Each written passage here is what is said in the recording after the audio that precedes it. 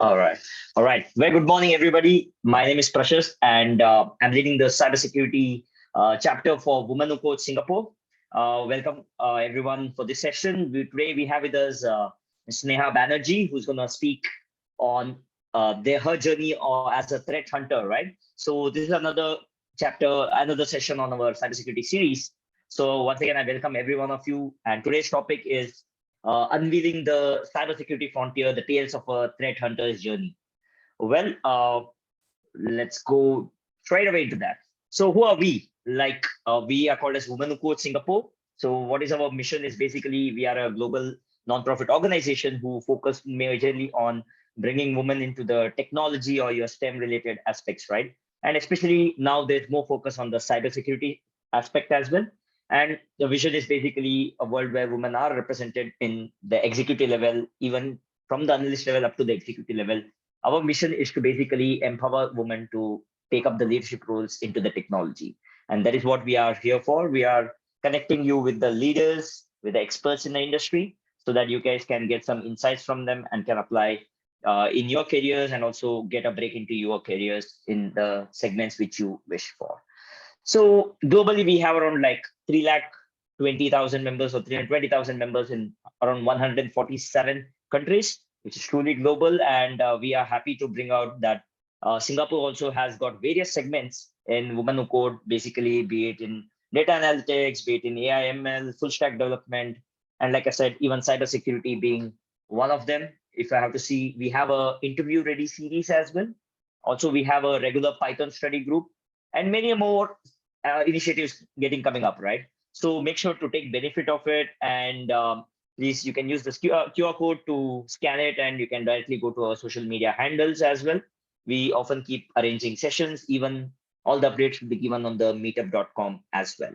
So once again, this is a cybersecurity series, and today our distinguished guest is Sneha Banerjee. Just to come into the introduction of Sneha, right? Sneha works as a cyber threat hunter for or analyst for Microsoft, and she's basically into the cloud and artificial threat hunting team, basically for Azure. So quite an interesting role, I must say. And her expertise lies basically into cloud security or cloud detection, like the adversary detection, threat hunting, and incident response. Apart from this, I have personally seen her like supporting and mentoring a lot of folks wherein she supports women and the LGBTQ community as well for the equal rights and opportunities, be it in the segment of education as well as the career opportunities, right? So I warmly welcome her, and recently I'm happy to announce that she is also one of the cybersecurity women influencer of the year. She got this award in India as well. So we are very happy to have her today as our distinguished speaker. Once again, warm welcome to you, Sneha. Really happy to have you here. Thank you, Prashast. Yeah, let me stop sharing. Maybe there you can share your screen. Awesome.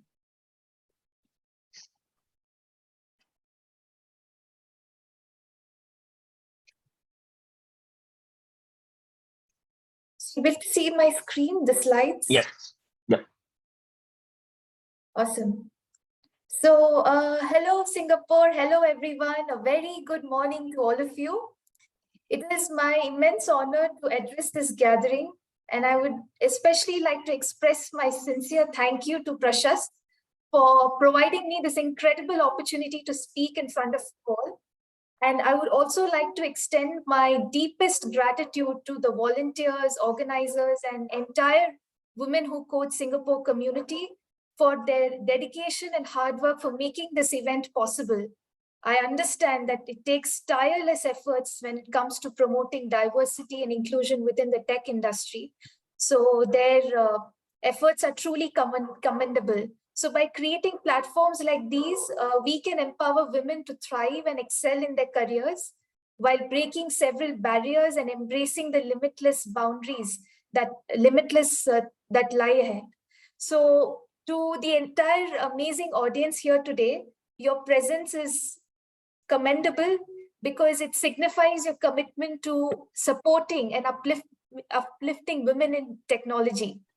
Your willingness to listen, learn, and engage is very inspiring, And it is through these events like we can foster a strong network of professionals, share knowledge, and build a community that encourages growth and success.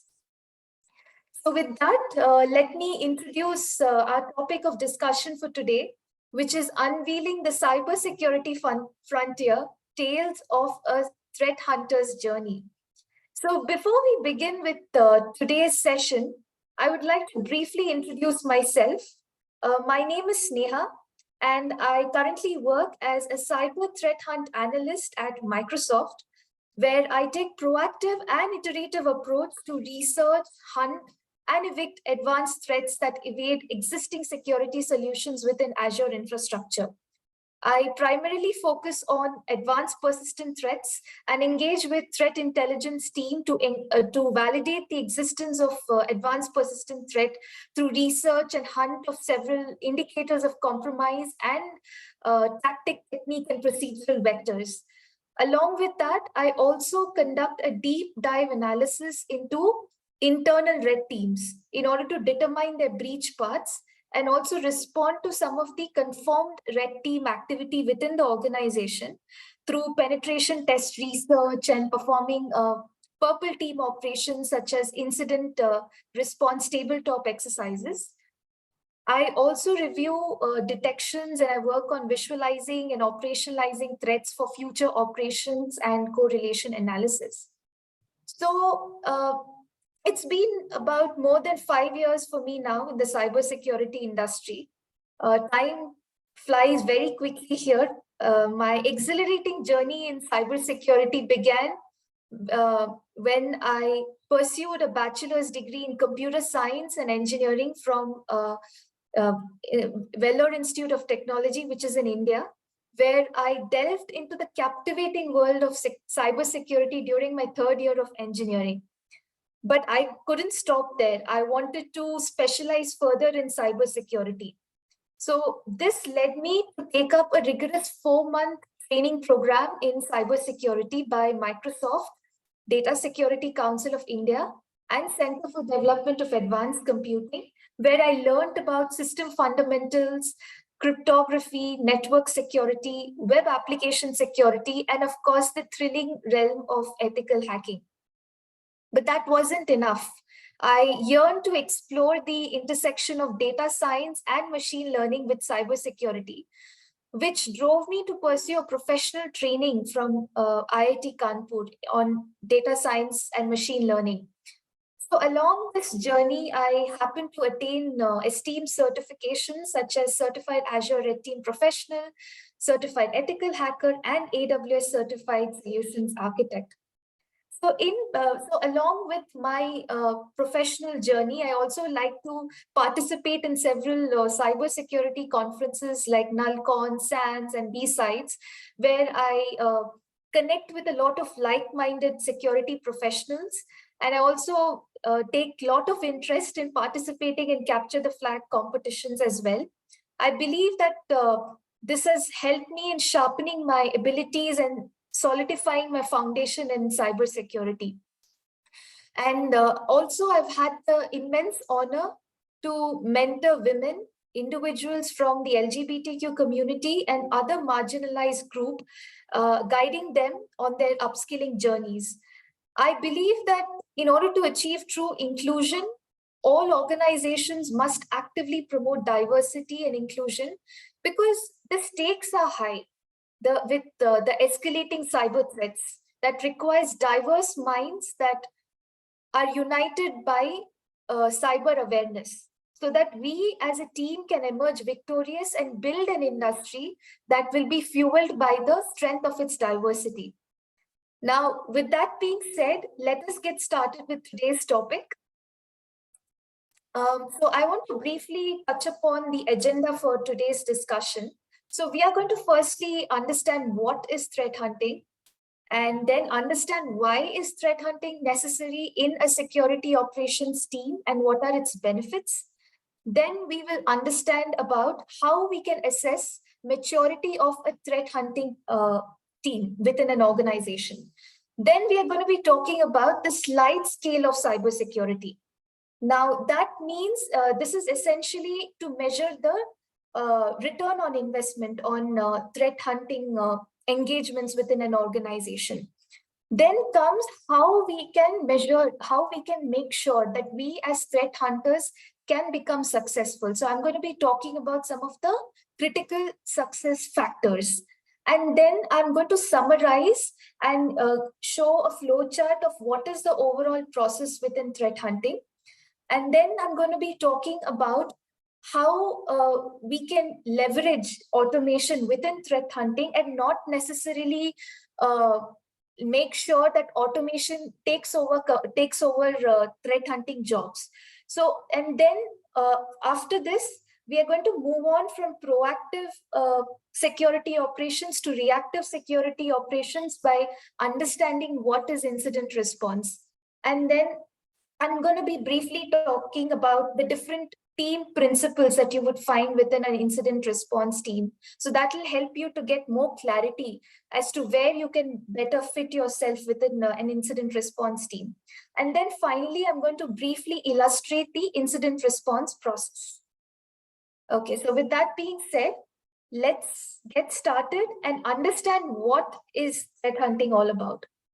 Now, the idea of threat hunting is to complement our normal security monitoring capabilities, where we are trying to figure out that what is happening in the environment, what is going on. So we usually do that by using real-time alert-driven monitoring systems. Now we want to further look into those alerts and then manually identify potentially malicious behavior. Like what's going on? Are we missing any telemetry within our environment? Should we improve upon our monitoring capabilities and things like that? So now these days, threat hunting is a bit of a buzzword. Now, a lot of people are taking the liberty to use this term, but usually they don't cover the same idea. So that is why I felt that we need to clear the concept of what threat hunting is. So threat hunting is valuable in any security operations team, but it certainly requires some form of maturity before it can actually be effective. So it isn't a threat to security monitoring as such. We can think of it like that it reinforces security monitoring. It helps us in improving how monitoring can be done easily. Now, going to the next topic. Now, I'm sure this is something that we all as security enthusiasts would have, this question would have come across in our minds is, can we detect advanced adversaries in real time? Now, traditionally, we know that a lot of effort has been placed on real-time detection techniques like log centralization, IDS, SOC, SIEM technology, next generation firewall, alerting, and a lot of technologies like that. Now, which makes sense. This investment does make sense because we want to detect incidents as soon as they appear. But unfortunately, we do not have alerts and signatures for all kinds of threats because we know that threats these days are extremely dynamic. With each passing day, we come up with new kind of threats. So it's practically impossible for all the antiviruses and all the technologies to continuously keep updating their signatures on the fly. So there are possibilities where there may be events of interest within your environment, which is specific to your team and your organization, which you may ideally not be able to figure out because there's no alert, right? So continuing on the discussion on like what are the issues that we as security professionals face when it comes to real-time detection issues, one of the main issues is security alert fatigue. Now, according to Enterprise Study Group in 2016, this was a survey conducted by them. Nearly 74% of those who were surveyed reported that security alerts were simply ignored because their teams couldn't keep up with the overwhelming volume of alerts. Now, this is alarming, right? Now, then another issue that comes up when it comes to real-time detection is that sophisticated attacks have different steps. Now, as you can see here, we have a simple kill chain like this. And there could be instances where a particular part of the kill chain may be detected. But there are several phases within kill chain, and there might be just few days in between them, or few weeks, or few months. We never know. And it's very hard for the automated tools to make that correlation between what happened something yesterday versus what happened something today and correlate those two events.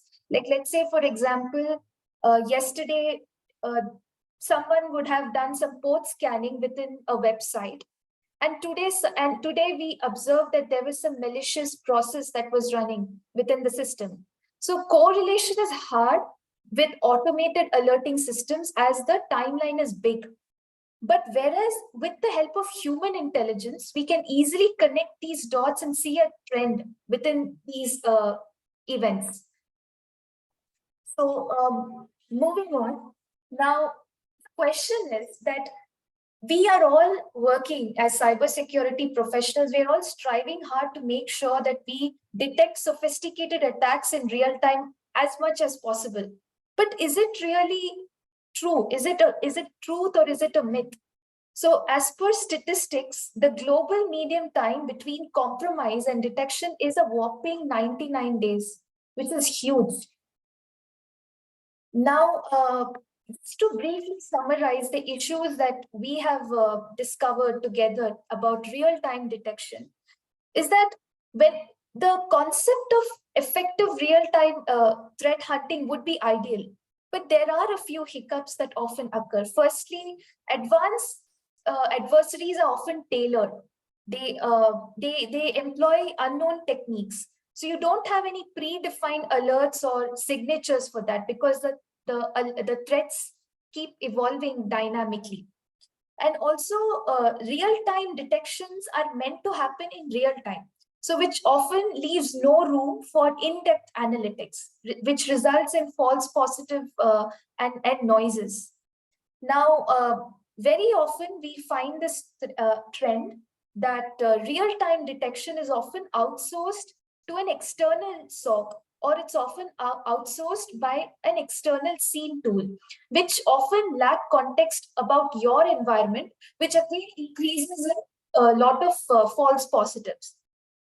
Now, because of all these reasons that I just stated, many organizations these days are embracing threat hunting and complementing the real-time detection efforts with periodical threat hunting efforts.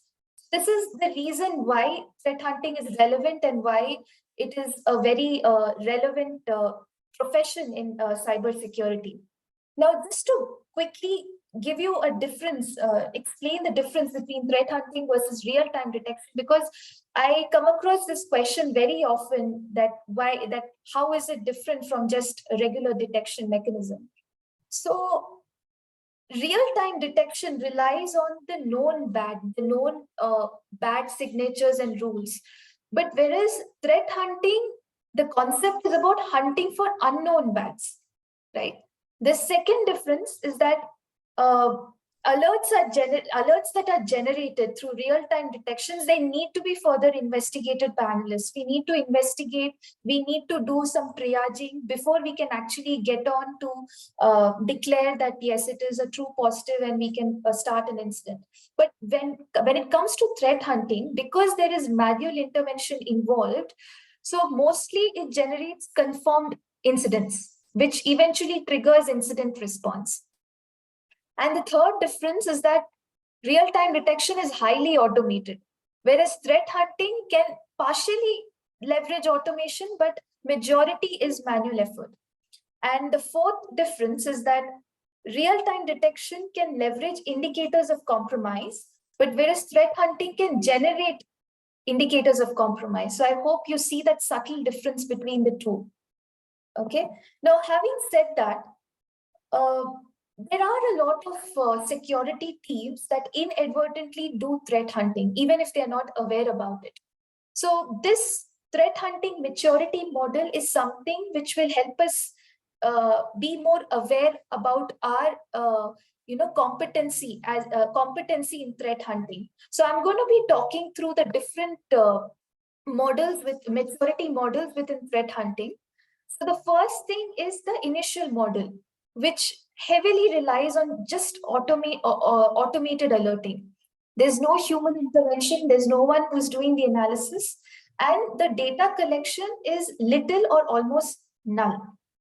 Now, when it comes to the second maturity model, which is little an upgrade from the initial, which is minimal, what it does is it incorporates threat hunting intelligent indicator searches. So what it does is it looks out for the data within threat intelligence and relies solely on threat intelligence data to perform its data analysis. And here, there is moderate to high level of data collections. Now coming to procedural. Now what procedural does is that it follows threat analysis procedures that are created by others. They follow the procedures that are there in the open source, and the collection of data is very high level. So they collect data from various sources. They collect network packet data. They collect security events data. They collect memory data, so whatnot. A lot of data is being collected. Now, innovative is interesting because this is the stage where an organization has understood their threat patterns really well, and they've created a new set of data analysis procedures for themselves. So those teams are known as innovative teams because they have created their own data analysis procedures, and they have a very high routine of data collection. Now, the fifth and the most mature model of threat hunting is the leading maturity model. So this is where most of the data analysis procedure is automated with very little human intervention over here for analysis. And the data collection is extremely high level. Now, after having understood what the threat hunting maturity model is, there is something known as the slide scale of cybersecurity. Now, what is the significance of this graphic, you may ask? Now, we use the sliding scale to understand what could be the potential return on investment of threat hunting within your organization. So depending on wherever you are within the scale, there is a certain maturity level. So if you look at the left-hand side of the arrow, now these are the prerequisites of threat hunting. So without these factors, we can't get started with threat hunting. So the first aspect is architecture. Architecture is where you plan, you establish, and you make sure that when systems are built, we have security in mind. Next comes is passive defense. Now, passive defense is when systems are added to architecture to provide reliable defense, like such as firewalls and IDS and things like that, which don't require any consistent human interaction, right? Like antiviruses and such. Then comes active defense. Active defense is where you have a human analyst who is monitoring these security alerts, and they're responding and learning from the adversaries that are internal to the network, right? So this is where we can see the progression. We can see the increase in the maturity level. And then comes intelligence. Intelligence is where we collect data and we try to, gather insights from it and produce intelligence. Now, where does threat hunting come here? So if your team is somewhere in between active defense and intelligence, if they have active defense and intelligence in place, then your threat hunting engagement will start giving return on investment. Then your threat hunting will be more effective. So the further we go along the scale, the more effective your threat hunting engagement would be. Now, finally, there's offense, where we have legal countermeasures in place to make sure that we have actions against any adversary, right? But now, if there are any serious gaps within the architecture and in the passive defense, like let's say, for example, if an environment is already full of vulnerabilities, then the return on investment of threat hunting would be limited. Okay, now having understood a little bit of what and why threat hunting, now let us understand that how can we start doing threat hunting in the first place? What do we need? So what we need is we first need experienced analysts who know how attacks work and what to look out for. So attacks like reconnaissance, enumeration, password stealing attacks, drive-by attacks, post-exploitation attacks. There's so many categories of threats. So an analyst who has knowledge of these different threat vectors, uh, and also who all have a knowledge of what your crown jewels are within the organization. So those kind of experienced analysts are crucial to the success of threat hunting. And the next factor comes is the large collection of logs that is being generated through different parts of your environment. You collect network logs, you collect logs from your RAM, you collect logs from the cloud and things like that. So there can be any type of logs. They could be firewall logs, Windows event logs, and things like that. And then the third factor, which is very important, is we have to make sure that we can aggregate all of these logs in one place. And the fourth and also one of the most important factors is to be able to visualize these logs so that the analyst can easily understand what the logs mean, and it can facilitate deeper analysis and investigation. If you have these four things in place, then your team is all set to have a successful threat hunting engagement. Now, let me talk about the overall process of threat hunting, step-by-step process of what entails within threat hunting. Now, threat hunting is an iterative approach. It's like a loop. So first, what we do is we define the hypothesis. We define a hypothesis that can be tested. It has to be testable. So, like for example, a hypothesis could be like adversaries are attempting to infiltrate our environment using phishing emails. Now, this is something which we can prove or disprove, and hence it's a valid hypothesis. And next comes performing analysis, is where we test this hypothesis by analyzing the available logs. And the third thing is we identify the patterns. We do thorough analysis of our logs, and then we identify potential patterns of malicious behavior of the hypothesis. And final thing is to provide feedback. Now, based on the results of the new hunt, we provide feedback. Now, feedback can be in various ways.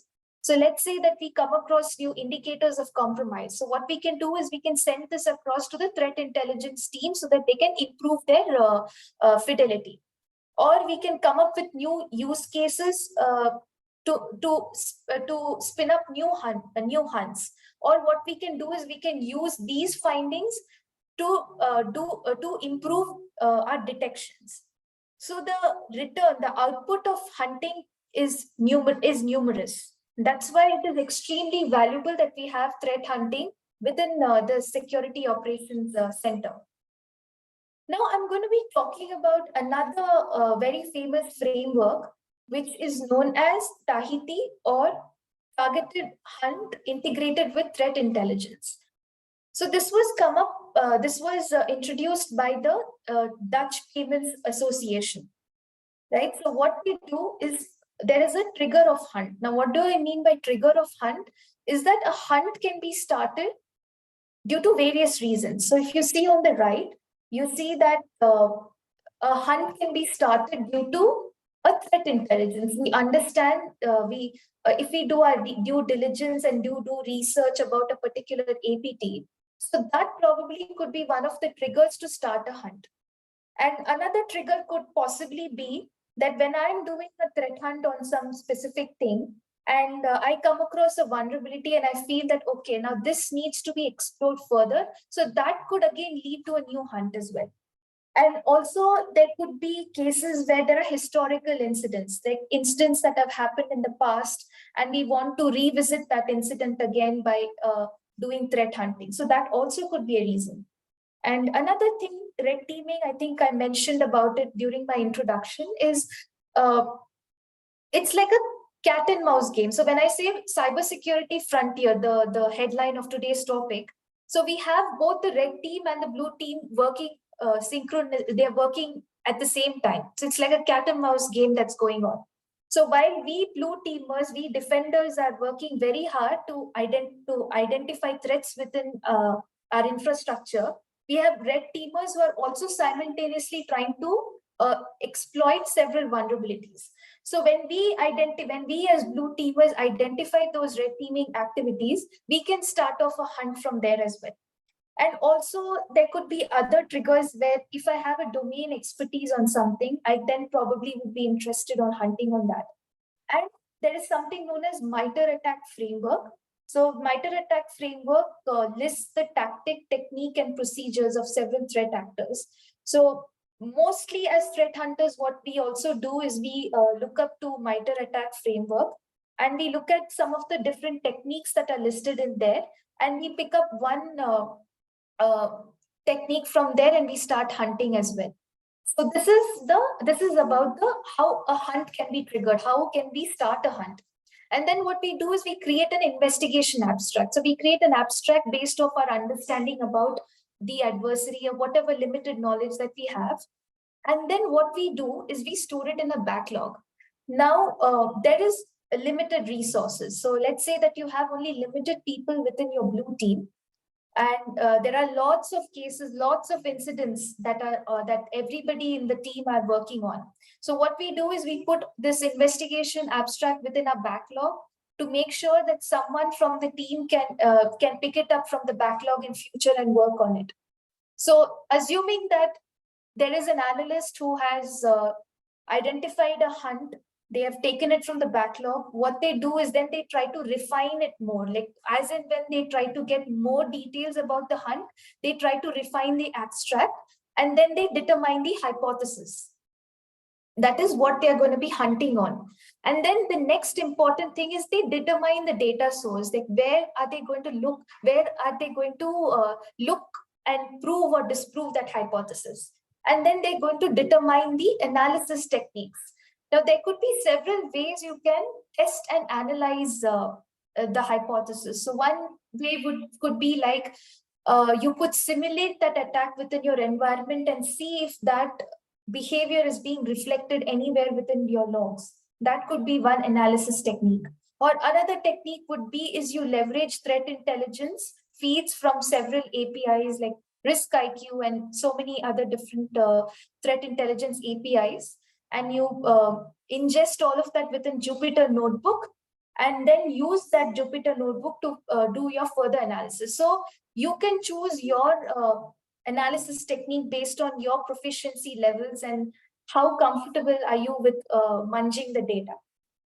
Then comes the execution phase, where we actually retrieve the data that we have identified in the previous step, and then we start validating the process, right? So after validating the process, then comes the final stage where we hand it over. Handover phase can be many. Now, let's say that during your hunt, you realize that you did not have enough telemetry within your infrastructure. So that could be an output where you say that we need in future in order to be effective in a hunt, we need to onboard this sort of logs.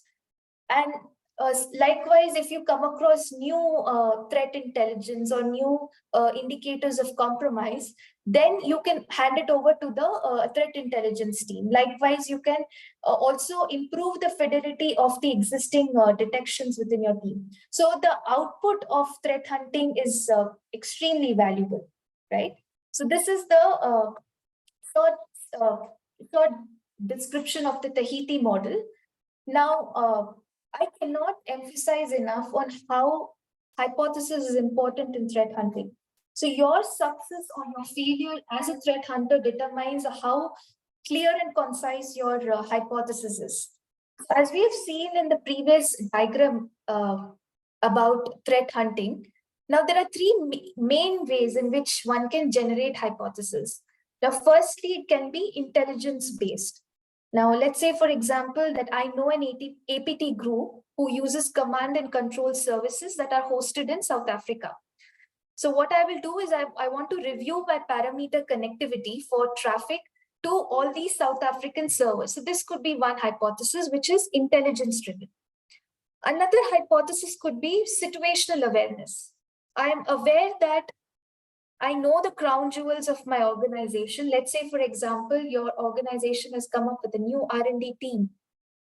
So they could be under the spotlight of all the threat actors. So what you can create an hypothesis saying that, okay, I will create a hypothesis on how the knowledge base, that is the new formula or the knowledge base created by the R&D team could be stolen.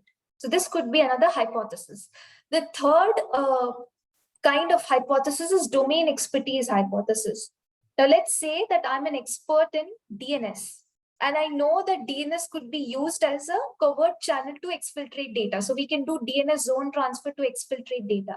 So then what my hypothesis would be is that I'm going to review the outgoing DNS traffic for anomalies within the environment. These are the three categories of hypothesis. Now let us talk about automation and threat hunting, right?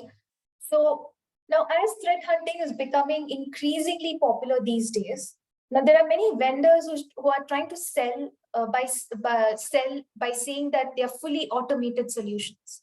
But truth be told, these don't exist because like we had discussed earlier, that no matter how much you try to automate, you can never keep up the speed and the dynamics of the changing threat landscape, right? So the signatures keep changing with every single day. Now, but having said that, automation is still useful. Now, why do I say it's useful? Is because as in threat hunting, we handle large volumes of data, trillion terabytes of data, a lot of data. And it becomes extremely cumbersome for us as threat hunters if we had to collect all of these logs manually. So if we can automate this log collection process, so that would enhance the efficiency of us as threat hunters, right?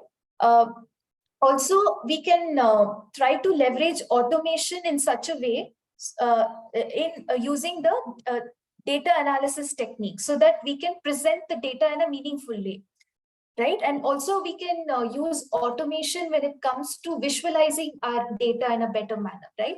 So now the crucial part of using the human effort is where we can best use it, right? Human attention is very precious and it is limited. So we don't want to use the human effort to crunch millions of alerts, right? But we want to create or define a data analysis technique and review its results. So, summary of what we have spoken so far about threat hunting is that threat hunting is becoming increasingly popular.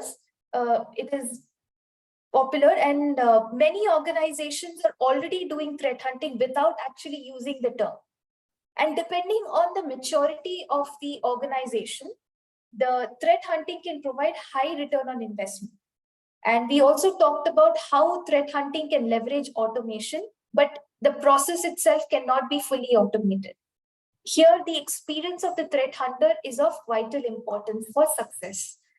Now, I want to switch gears from proactive cybersecurity operation to reactive cybersecurity operation, which is incident response. Now, incident response, very simply put, are the steps used to prepare, to detect, contain, eradicate, and recover from a data breach. Okay. Now, let us talk about the different incident response team principles. Now, incident response itself is so diverse that every person can somehow find a place for themselves within the team. Like, let's say, let us talk through each of the team disciplines. So let's talk about the lead investigator. Lead investigator is someone who's experienced and who is accountable for the success of the incident.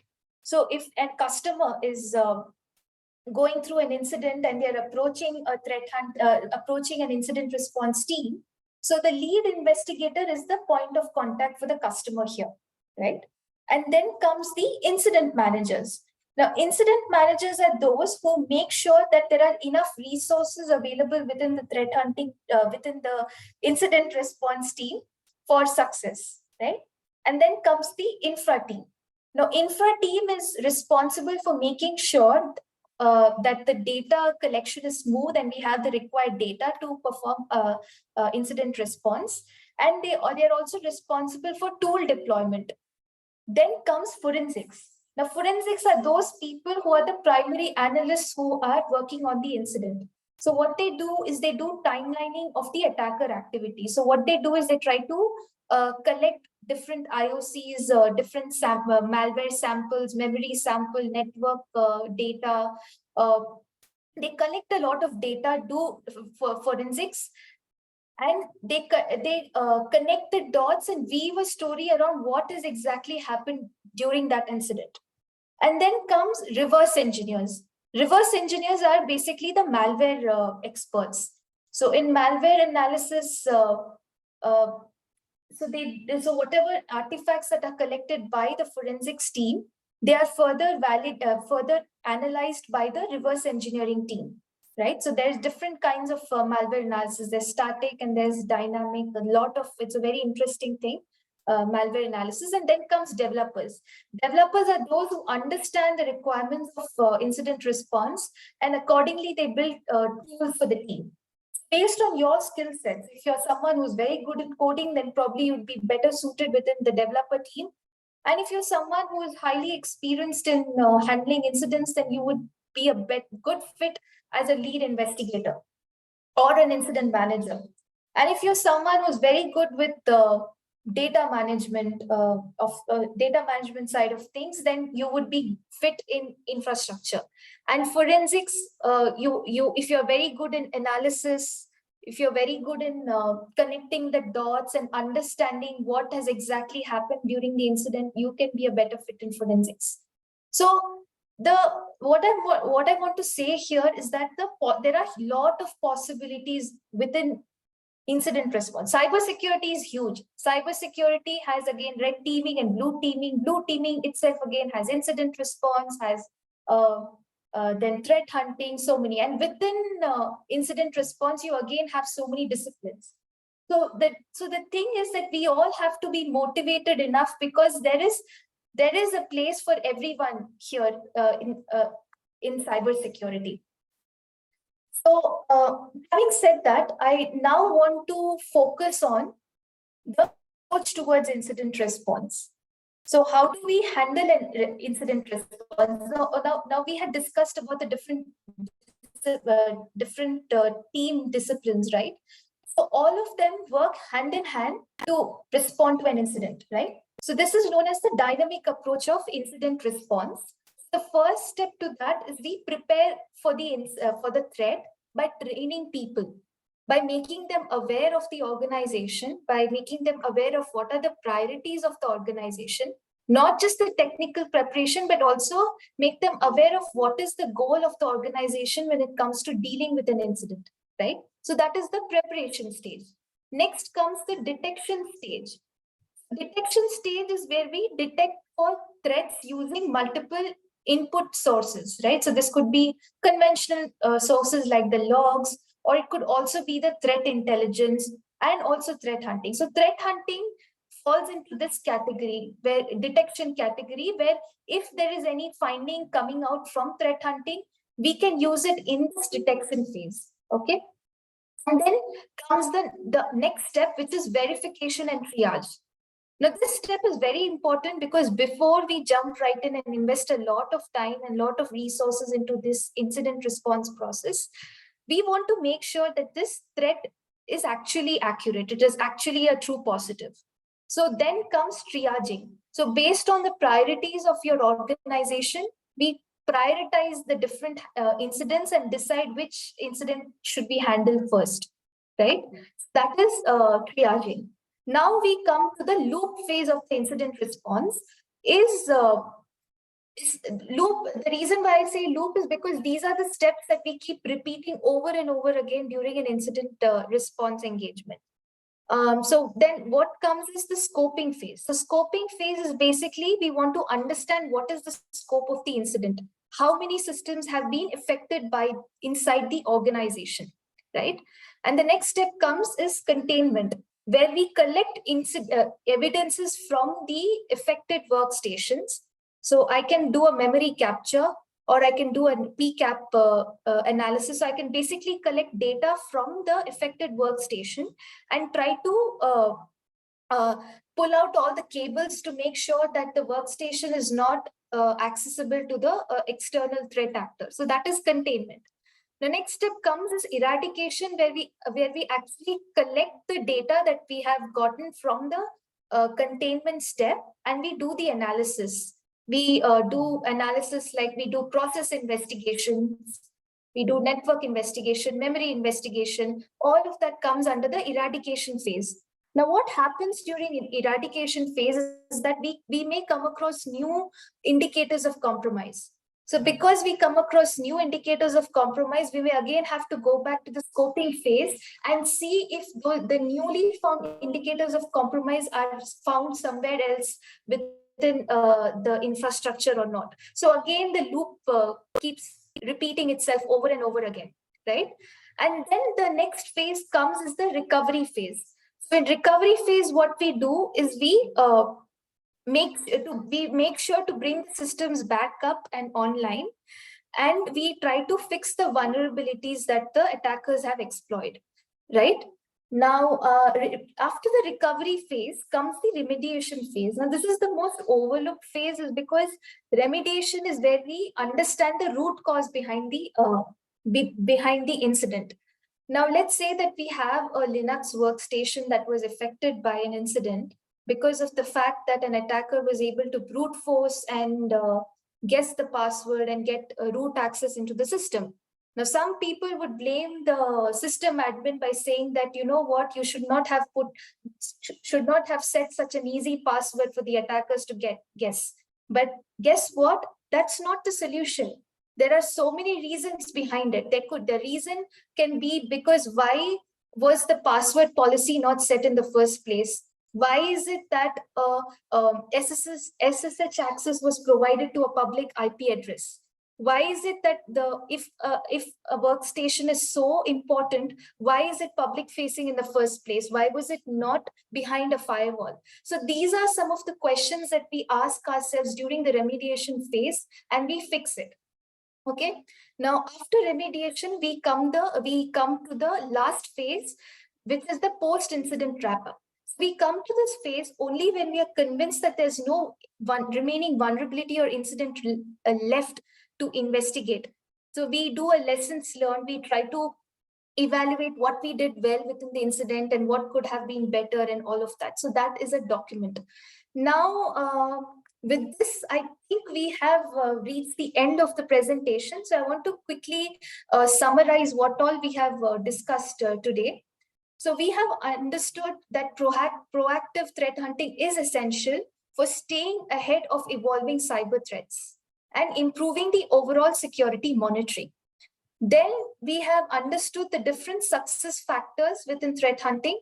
We need skilled analysts, we need proper tools, and we need effective processes and data analysis to make sure that threat hunting is successful. And then we understood that threat incident response is a structured approach in order to manage and respond to security incidents. And then we also learned about the different disciplines within incident response and how collaboration is important to make sure that these different teams work cohesively with clear communication. And then we also learned about the importance of automation and how we can use automation to not necessarily steal our jobs, but to just streamline the threat hunting process and enable faster response times. So we must use automation in conjunction with human analysis for effective decision making, right? So finally, it is very important for the organizations to continuously assess the effectiveness of threat hunting and incident response capabilities within their teams to stay ahead of the ever evolving threat landscape. So with that, thank you so much, everyone, for patiently listening to me. I hope that this was worth your time. Thank you. Great. Thank you so much, Sneha. That was really, really insightful. And me also working in the security automation sector, I was always curious what the threat hunters do, and I think this was very insightful and very detailed. So glad that you took your time out and shared the knowledge with us. I have a couple of questions, maybe, and if the audience has any questions, also you can unmute or you can even post it on the chat box. Right? A couple of questions is, what do you think should be a starting point if someone has to get into the threat hunting? Right? What do you think should be the skill set, or if someone is just in a different career background or in a college, right, in a Mhm. university, what do you think should be the first few things they have to follow to get into this? Right. Thank you for the question. So there are mainly you have to the key things that you need to succeed and to get into threat hunting is firstly you need to be aware of what are the different kind of cyber threats, right? So there are different classes of cyber threats. That is, suppose say reconnaissance, an attacker is trying to scan and identify the different assets within the organization. That is one phase. Another phase would be where a password attack, guessing attack is happening. So someone is trying to steal the password hashes and using various password cracking tools to get the password. So that's another kind of attack. There's DDoS attack. So basically, you have to arm yourself with knowledge of different attack vectors, right? So that is one thing. Another very important skill set is data analysis.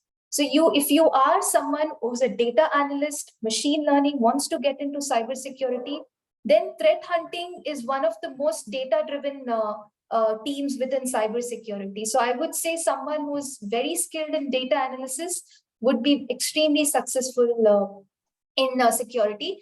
And of course, I would also say that threat hunters are usually pulled into investigations, right? So because we are well aware of the environment, we are often pulled into investigations many times. So it's very important that you know about the internals of Windows and Linux, which will help you to do investigations within these endpoints. And also, you need to know the basics of operating systems and networks.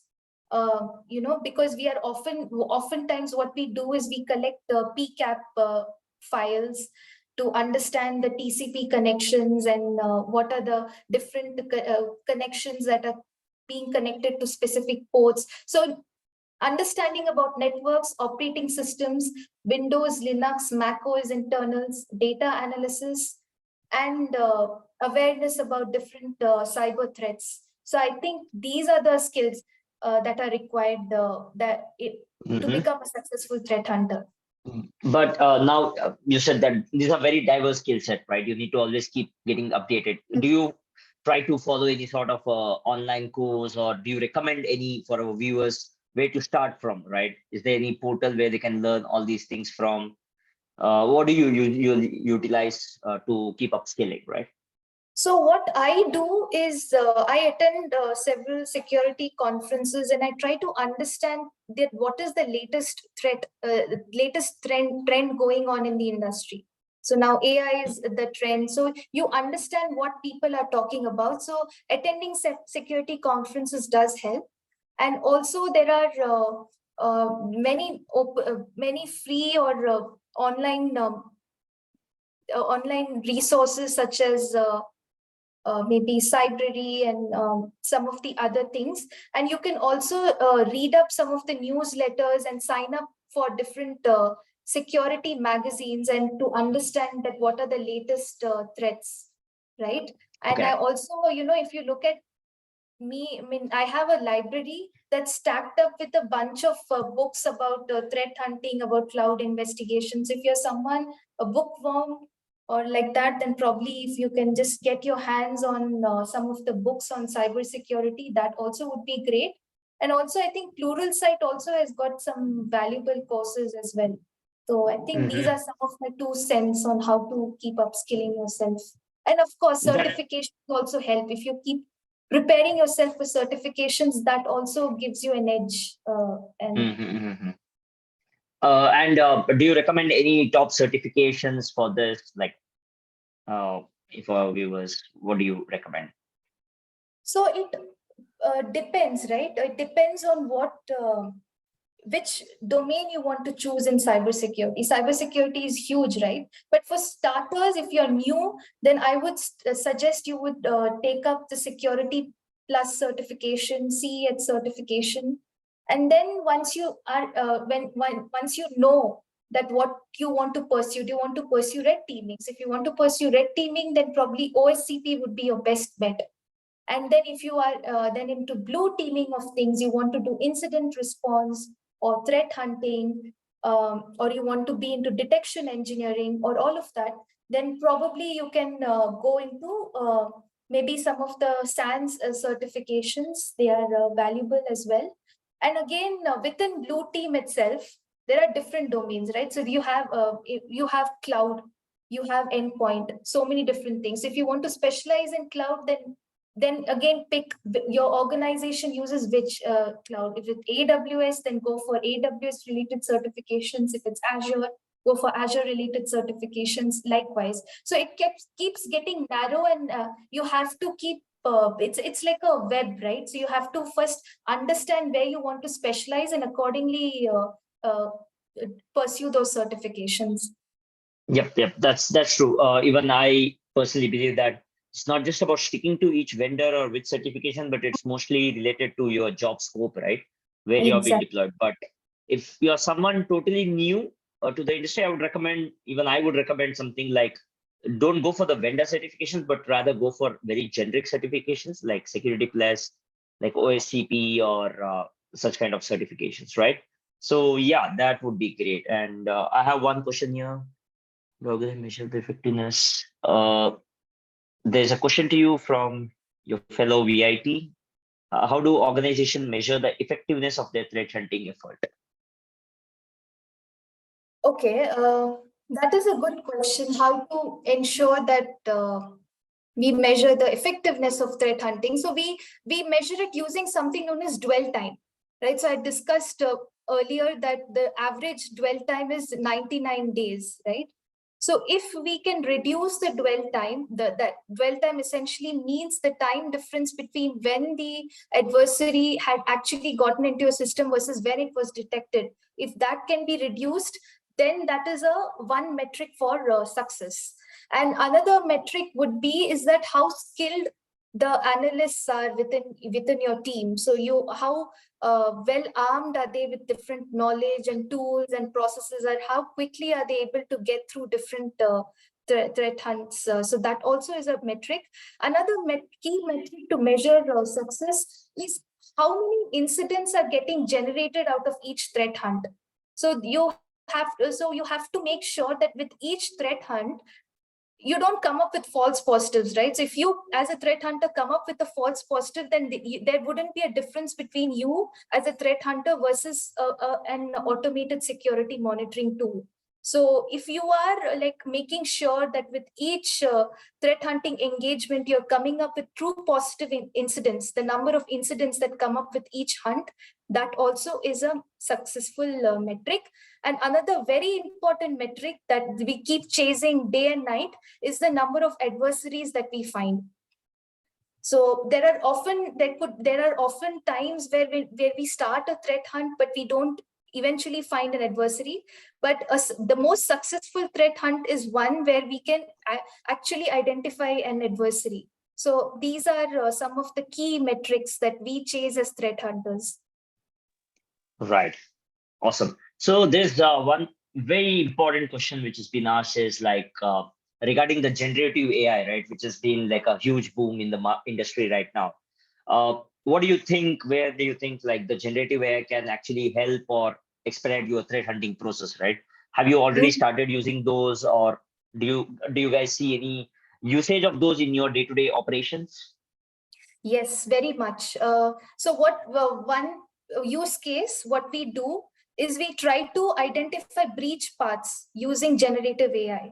So when we are trying to hunt on a specific service or a specific TTP, so ideally what we have to do is we have to read tons of research material ourselves to identify that what are the different breach paths. But whereas with generative AI, it's just a matter of few minutes where we can illustrate that these are the several vulnerabilities within the service, and hence we are able to come up with different breach paths. And also, like I mentioned earlier, using generative AI, we are able to come up with scripts which can improve our data onboarding process. So we are now able to easily process the data. Now, usually when we are collecting data from security events, usually they are in XML format, or they are in a format which is intangible.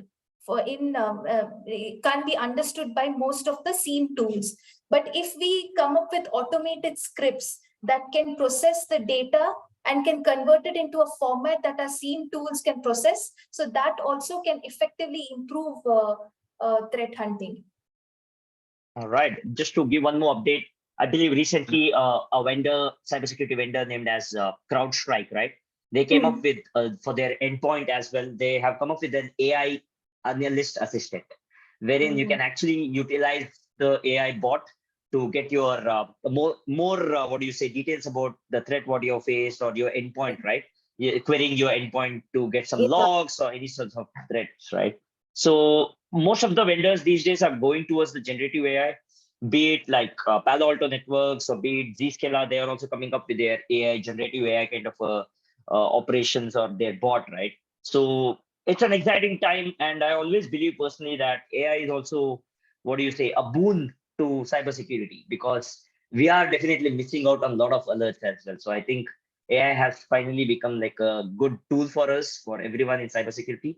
So yeah, I think that's very good there. Okay, we have one more Prashant, can I query. ask a question? Yeah, Yes, Siddharth. please. Okay, so my question is that are there any legal or ethical consideration that the organization need to keep in mind when they're conducting threat hunting? So yeah. Maybe Sneha, you want to add? Yes. So before we start threat hunting, we have some rules of engagement that we need to sign before we start. So when we are doing threat hunting, we are privileged with lot of data, right? So we are privileged with data which is normally not accessible to other teams and other customers. So we are in a position where we can actually leak out the vulnerabilities within that particular service that we are hunting for. So we have to make sure that we don't leak out those vulnerabilities or whatever breach paths that we have identified to other teams before that has been patched by the service themselves. So that is something that we have to keep in mind. And also as threat hunters, we also have to request for access to data, right? So we have to give a justification as to why do we need to access this data. So that is also we keep in mind. Thanks. I hope Thanks, that Sneha. answers your question. Yeah. We have one more. What automation tools you guys use to automate daily logs or store it into visualizations? Is there any tools which you guys use for that? Yeah. There are several SIEM tools, right?